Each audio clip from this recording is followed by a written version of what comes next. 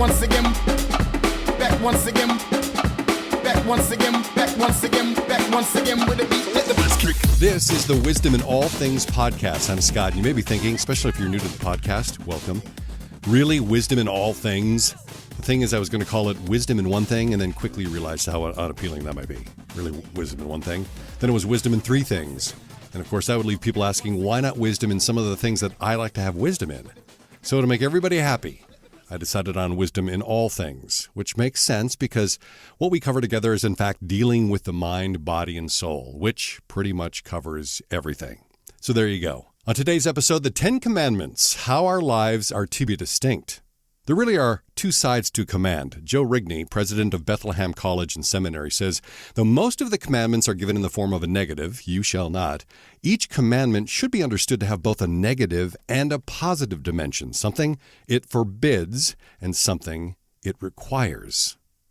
Let's hold that thought. What does the Lord require? Have you ever enjoyed being given a command? Personally, I can't think of one instance.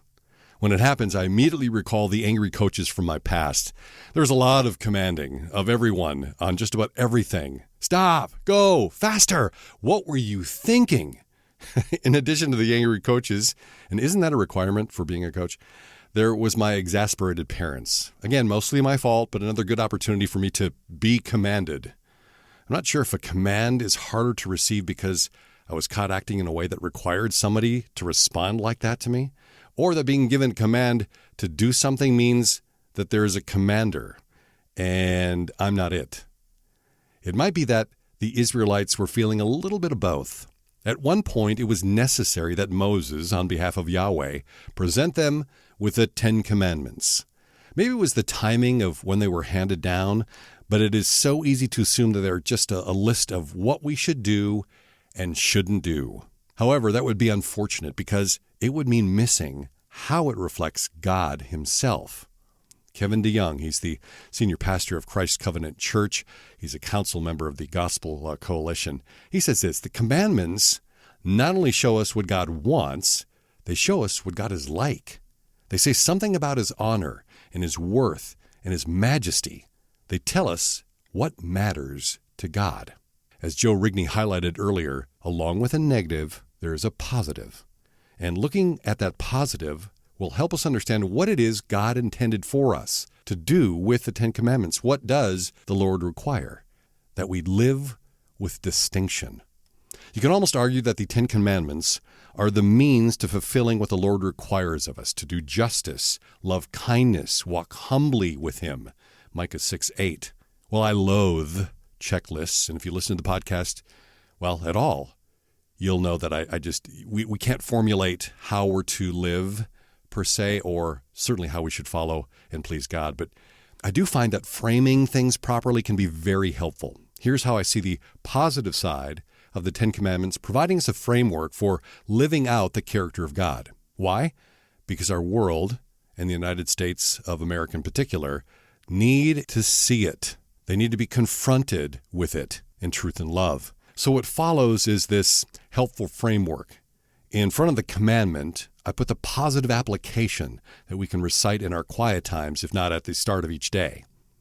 Commandment number 1, or positive application number 1, I will worship God alone. It's from Exodus 20, verse 3, where it says, you shall not have any other gods before me.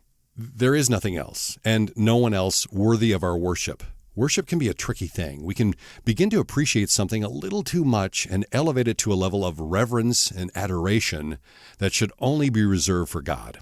How subtly something we thought was beneficial and were in control of can become something we protect in spite of its detriment. That's the first one. I will worship God alone. Next, I will worship God as spirit.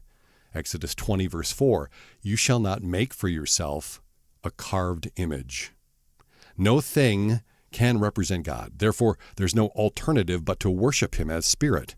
I think this can even include anything we hang on our walls or put on our desks. The pithy quote, the inspiring location, whatever that may be, we begin to look to it rather than look to or think of God. What comes to mind is the thing, not the omni-being that cannot be regulated to an image of any form. Next, I will honor the name of God with my mouth. Exodus 20, verse 7. You shall not take the name of the Lord your God in vain. How we choose to use God's name, from word choice to the reverence in our voice, speaks to the high opinion we hold of our Father. The strength and power of his name are simply above our handling foolishly. We can't even consider it as an option. Next, I will rest. Exodus 20, verse 8.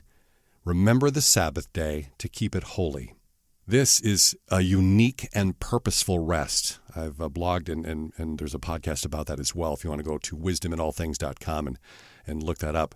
We are called into a cycle of stopping and reflecting, ceasing our striving and dwelling in God's presence.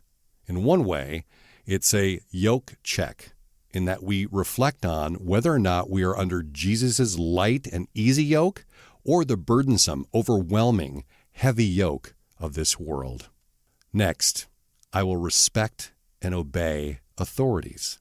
Exodus 20, verse 12. Honor your father and mother. Of course, this is a great place to start. However, it doesn't end with our parents. Respecting the position God has given someone and that they have been created by God is crucial to our accomplishing God's will, God's way. When we choose to steer outside our lane, can directly and disruptively contradict God's intention and potentially injure others at the same time. Number 6, I will respect and protect human life. Exodus 20, verse 13, you shall not murder.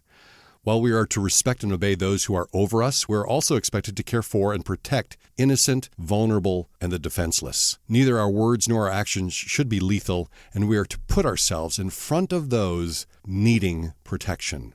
Number 7, I will drink from my own well. That comes from Exodus 20, verse 14. You shall not commit adultery. If God can and does satisfy all our needs, then our need for physical intimacy has been met by the spouse that he has provided for us. As challenging as this may seem at times, we are not justified in seeking this satisfaction in any other way. Keep your eyes off other wells and solely focus on yours. Number 8, I will leave alone what isn't mine. Exodus 20, verse 15. You shall not steal. Tell me this doesn't bring back memories from childhood, either raising a child or back when you were one. The child, why can't I have it? Parent, because it isn't yours. Child, but I want it. It can seem impossible to resist wanting what isn't ours. So without permission or right, we take it. It is more than resisting temptation, but realizing that it is God's intention that they have that thing and not you. Be secure and revel in the fact that God has intentioned other things for you. Number 9, I will represent. Exodus 20, verse 16. You shall not bear false witness against your neighbor. When we keep our word and take a stand for the truth, we are like pylons holding up the extensive boardwalks along the shores of the Atlantic Ocean. If you've ever been there and saw those, it's pretty dramatic. Firmly planted as they withstand the crashing waves, they provide crucial support and exposure to what is right and true. It's elevated, undergirded. Number 10, I will be content. Exodus 20, verse 17 says, you shall not covet anything that is your neighbor's. The heart wants what the heart wants, and that can be a problem. However, when we are satisfied as described in Psalm 16, we will be less distracted by what others have and better able to be contented by what God provides. God cares for us broadly and very, very personally. He knows your needs, wants, desires, temptations, hopes, dreams.